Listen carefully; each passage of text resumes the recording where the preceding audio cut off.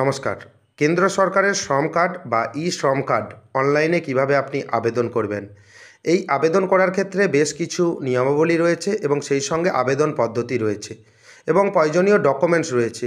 কিছু ডকুমেন্টস আপনার লাগবে, সেই ডকুমেন্টস দিয়ে আপনি শ্রম কার্ডের আবেদন করতে পারবেন।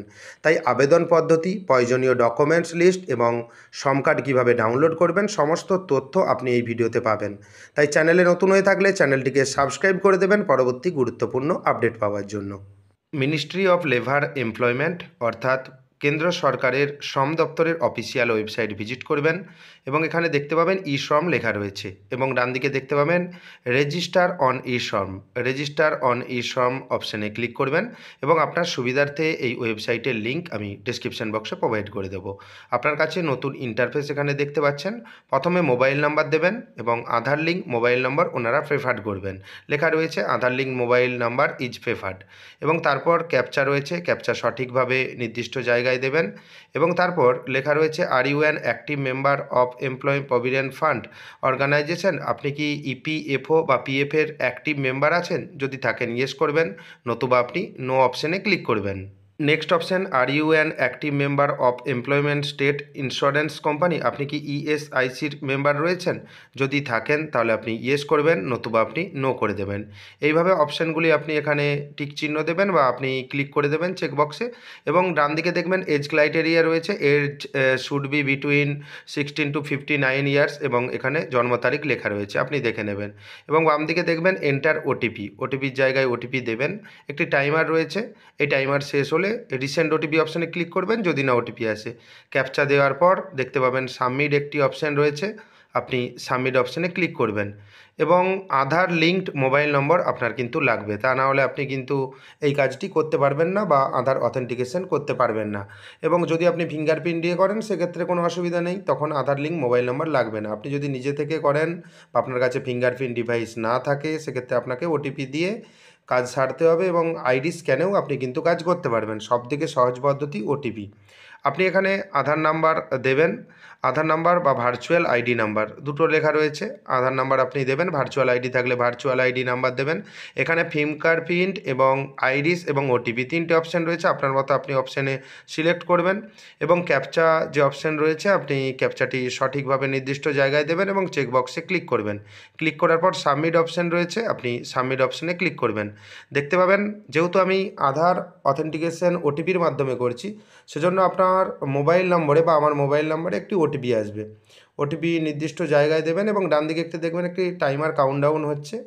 এই টাইমার শেষ হলে রিসেন্ট ওটিপি, যদি না ওটিপি আসে রিসেন্ট ওটিপি অপশানে ক্লিক করবেন। যেহেতু ওটিপি চলে এসেছে, ওটিপি দিলাম এবং ক্যাপচা নির্দিষ্ট জায়গায় দেওয়ার পর এখানে দেখতে পাবেন ভ্যালিডেট অপশান রয়েছে, আপনি ভ্যালিডেট অপশানে ক্লিক করবেন। ভ্যালিডেট অপশানে ক্লিক করার পর আপনার কাছে নতুন ইন্টারফেস ওপেন হয়ে গেছে। আপনার নাম দেখতে পাবেন, এখানে কিন্তু শো হচ্ছে না সিকিউরিটি রিজনের কারণে, পরবর্তীতে শো হবে এবং জেন্ডার আপনার জন্মসাল শো হচ্ছে এবং বাম দিকে personal information, address, education qualification, occupation and skill এবং ব্যাঙ্ক ডিটেলস সমস্ত কিছু তথ্য আপনাকে ফিল করতে হবে। আপনি স্টেপ বাই স্টেপ কীভাবে করবেন আমি এই ভিডিওতে কভার করে দেবো। তাই চ্যানেলে নতুন হয়ে থাকলে চ্যানেলটিকে সাবস্ক্রাইব করে দেবেন পরবর্তী আপডেট পাওয়ার জন্য এবং continue to enter others details যে অপশান রয়েছে আপনি এই অপশানে ক্লিক করবেন। ক্লিক করে নেওয়ার পর আপনি যেই মোবাইল নম্বর দিয়ে লগ ইন করেছিলেন সেই মোবাইল নম্বর এখানে শো হবে এবং এমার্জেন্সি মোবাইল নম্বর যদি আপনার থাকে দিতে পারেন, নাও দিতে পারেন, এক্ষেত্রে কোনো ম্যান্ডেটরি চিহ্ন নেই। এবং ইমেল আইডি যদি থাকে আপনি ইমেল আইডি নির্দিষ্ট জায়গায় দেবেন, যদি না থাকে দেওয়ার কোনো দরকার নেই। নেক্সট অপশান দেখতে পাচ্ছেন ম্যারিটাল স্ট্যাটাস। ম্যারিটাল স্ট্যাটাস অপশানে আপনি ক্লিক করবেন। ক্লিক করে নেওয়ার পর দেখতে পাবেন আপনার কাছে অনেকগুলি অপশান ওপেন হয়ে গেছে। আপনার সুবিধে মতো আপনি অপশান এখান থেকে সিলেক্ট করে দেবেন। সিলেক্ট করে দেওয়ার পর দেখতে পাবেন mother's name.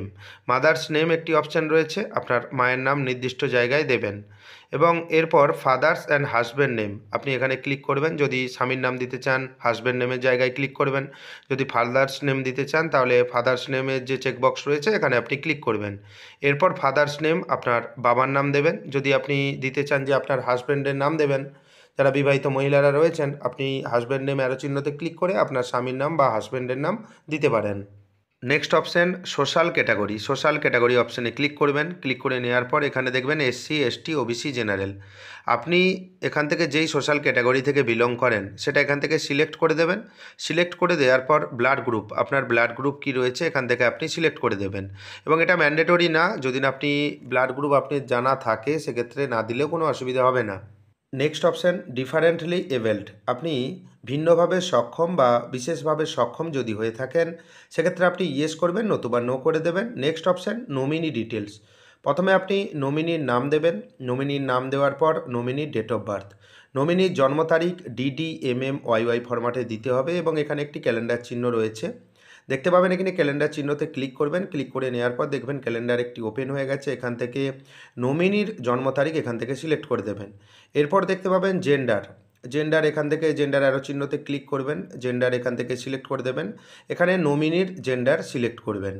Relationship with applicant, আবেদনকারীর সঙ্গে সম্পর্ক কী রয়েছে, এই অ্যারো চিহ্নতে ক্লিক করার পর বা রিলেশনশিপ উইথ অ্যাপ্লিক্যান্ট অপশানে ক্লিক করার পর এখান থেকে আপনার মতো আপনি সিলেক্ট করে দেবেন। কি রিলেশনস রয়েছে, হাজব্যান্ড, সন, ফাদার, গ্র্যান্ডফাদার, বিভিন্ন রকম অপশান রয়েছে, আপনার মতো আপনি এখান থেকে সিলেক্ট করে দিতে পারেন। নেক্সট অপশান রয়েছে, দেখতে পাবেন নমিনি অ্যাড্রেস। নমিনির অ্যাড্রেস দেবেন, দেওয়ার পর নমিনির মোবাইল নাম্বার, যদি নমিনির মোবাইল নাম্বার থাকে মোবাইল নাম্বার এখানে দেবেন, 10 সংখ্যার মোবাইল নাম্বার দেবেন। এখানে সমস্ত কিছু সঠিকভাবে ফিল করার পর এখানে দেখতে পাবেন সেভ অ্যান্ড কন্টিনিউ অপশান রয়েছে, আপনি সেভ অ্যান্ড কন্টিনিউ অপশানে ক্লিক করবেন। ক্লিক করে নেওয়ার পর দেখতে পাবেন রেসিডেন্সিয়াল ডিটেলস, বসবাসের যে ডিটেলস রয়েছে সেই ডিটেলস আপনাকে দিতে হবে। এখানে প্রথম দেখতে পাবেন হোম নেটিভ স্টেট অপশানে আপনি ক্লিক করবেন। ক্লিক করে নেওয়ার পর এখানে আপনার স্টেট সিলেক্ট করে দেবেন, তারপর ডিস্ট্রিক্ট সিলেক্ট করবেন, তারপর দেখতে পাবেন স্টেট স্পেসিফিক আইডি, এটা দেওয়ার কোনো প্রয়োজন নেই বা দরকার নেই। এবং তারপর দেখতে পাবেন কারেন্ট অ্যাড্রেস, বর্তমান ঠিকানা, আরবান রুরাল, যদি শহরাঞ্চলে বসবাস করেন সেক্ষেত্রে আপনি আরবান অপশানে ক্লিক করবেন, এবং যদি রুরালে আপনি বসবাস করেন বা গ্রামীণ এলাকায় সেক্ষেত্রে রুরালের যে চেকবক্স রয়েছে আপনি এই চেকবক্সে ক্লিক করবেন। ক্লিক করে নেওয়ার পর অ্যাড্রেস লাইন 1, আপনার গ্রামের নাম, পোস্ট অফিসের নাম, থানার নাম, জেলার নাম, পিনকোড সহকারে লিখে দেবেন। এবং অ্যাড্রেস লাইন 2 এর যে জায়গা রয়েছে সেখানে একইভাবে আপনার অ্যাড্রেস লাইন 2 থাকলে লিখে দেবেন। এবং স্টেট রয়েছে বা রাজ্যের নাম এখান থেকে আপনি সিলেক্ট করে দেবেন।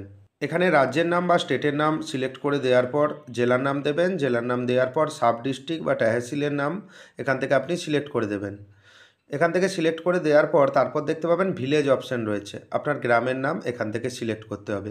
অনেক ক্ষেত্রে দেখা যায় অনেক ছোটো ছোটো গ্রাম রয়েছে যেটা এই লিস্টের মধ্যে নেই, তখন কি করবেন, তখন আপনার যে মৌজার নাম রয়েছে আপনি মৌজার নাম দেবেন এখান থেকে, সেক্ষেত্রে কোনো অসুবিধে হবে না। এবং তারপর দেখতে পাবেন পিনকোড নম্বর, আপনার পিনকোড নম্বর বা পোস্টাল কোড নম্বর, এখানে পিনকোডের যে জায়গাটি রয়েছে এখানে আপনি সঠিকভাবে ইনপুট করে দেবেন এবং সমস্ত কিছু সঠিকভাবে ফিল করবেন। Address line 1, address line 2, state, district, sub district, village এবং পিনকোড। এবং মনে রাখবেন যেগুলো রেড স্টার রয়েছে, ম্যান্ডেটরি চিহ্ন রয়েছে সমস্ত ক্ষেত্রে ফর্ম ফিল আপে, এইগুলি আপনাকে ফিল আপ করতেই হবে, তা নাহলে ফর্ম সাবমিট হবে না। Next option staying at current location, আপনি যেই এখানে ঠিকানাটি দিলেন এই ঠিকানাতে আপনি কতদিন ধরে বসবাস করছেন।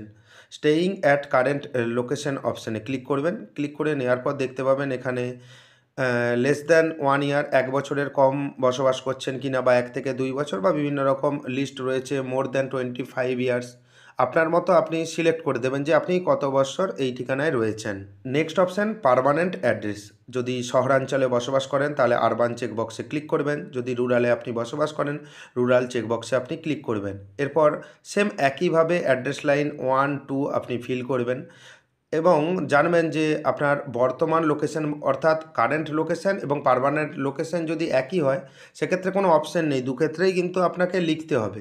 তাই আপনি লিখে দেবেন এটা পার্মানেন্ট অ্যাড্রেস কি রয়েছে, অ্যাড্রেস লাইন 2 এ লিখে দেবেন এবং তারপর রাজ্যের নাম এখান থেকে সিলেক্ট করে দেবেন। তারপর ঠিক একইভাবে ডিস্ট্রিক্টের নাম এখান থেকে সিলেক্ট করে দেবেন, এটা কিন্তু পার্মানেন্ট অ্যাড্রেসের ক্ষেত্রে। এবং তারপর দেখতে পাবেন সাব ডিস্ট্রিক্ট তহসিল এখান থেকে সিলেক্ট করবেন, তারপর ভিলেজের অ্যারোতে আপনি ক্লিক করবেন। ক্লিক করে নেওয়ার পর এখান থেকে আপনার গ্রামের নাম বা মৌজার নাম আপনি সিলেক্ট করে দেবেন, অনেক সময় গ্রামের নাম দেখায় না সেক্ষেত্রে মৌজার নাম সিলেক্ট করে দেবেন। এবং তারপর দেখতে পাবেন পিনকোড নম্বর, আপনার পিনকোড নম্বর এখানে দেবেন, দেওয়ার পর সমস্ত কিছু সঠিকভাবে দেখে নেওয়ার পর দেখতে পাবেন সেভ অ্যান্ড কন্টিনিউ অপশান রয়েছে, সেভ অ্যান্ড কন্টিনিউ অপশানে ক্লিক করবেন। এরপর আপনার কাছে নতুন একটি ইন্টারফেস ওপেন হয়ে যাবে। দেখতে পাবেন এডুকেশন কোয়ালিফিকেশন বা শিক্ষাগত যোগ্যতা। শিক্ষাগত যোগ্যতা আপনার কি রয়েছে, সমস্ত শিক্ষাগত যোগ্যতার যারা প্রার্থীরা রয়েছেন বা যারা অ্যাপ্লিক্যান্ট রয়েছেন সবাই কিন্তু যোগ্য, এবং শিক্ষাগত যোগ্যতা না থাকলেও হবে। এখানে এডুকেশন কোয়ালিফিকেশন অপশানে ক্লিক করবেন। ক্লিক করে নেওয়ার পর এখান থেকে আপনি আপনার মতো শিক্ষাগত যোগ্যতা এখান থেকে সিলেক্ট করে দেবেন।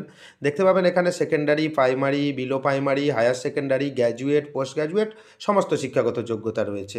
এরপর দেখতে পাবেন এডুকেশন সার্টিফিকেট। আপনি চাইলে এডুকেশন সার্টিফিকেট এখানে আপলোড করে দিতে পারেন পিডিএফ, পিএনজি, জেপিজি ফরম্যাটে। 1 এমবির মধ্যে আপনি স্ক্যান করে আপলোড করতে পারবেন। এবং মান্থলি ইনকাম যে স্ল্যাব রয়েছে, মান্থলি ইনকাম স্ল্যাব এখান থেকে আপনি সিলেক্ট করে দেবেন আপনার ইনকাম কি রয়েছে। এখান থেকে আপনি দেখতে পাবেন লিস্ট রয়েছে, এখান থেকে আপনি সিলেক্ট করে দিতে পারেন। এবং তারপর দেখতে পাবেন ইনকাম সার্টিফিকেট। ইনকাম সার্টিফিকেট যদি থাকে 1 এমবির মধ্যে জেপিজি, পিডিএফ ফরম্যাটে আপনি আপলোড করে দেবেন এবং সেভ অ্যান্ড নেক্সট অপশানে ক্লিক করবেন। এবং আগের যে পোর্শনটা দেখালাম এটা যদি আপনি ফিল আপ করেন ডিরেক্টলি আপনি সেভ অ্যান্ড নেক্সট অপশানে ক্লিক করতে পারেন। এরপর অকুপেশন অ্যান্ড স্কিল অপশান রয়েছে। প্রথম যে অপশানটি রয়েছে, আপনি যদি মোবাইল অ্যাপ বেসড কোম্পানিতে সার্ভিস প্রোভাইডারে কাজ করেন, যেমন উবের, ওলা, জোম্যাটোতে কাজ করেন, সেক্ষেত্রে আপনি ইয়েস করবেন, নতুবা নো করে দেবেন। এরপর দেখতে পাবেন প্রাইমারি অকুপেশন। আপনার পেশা কি রয়েছে, প্রাইমারি পেশা কি রয়েছে, অটো সার্চ অপশান রয়েছে।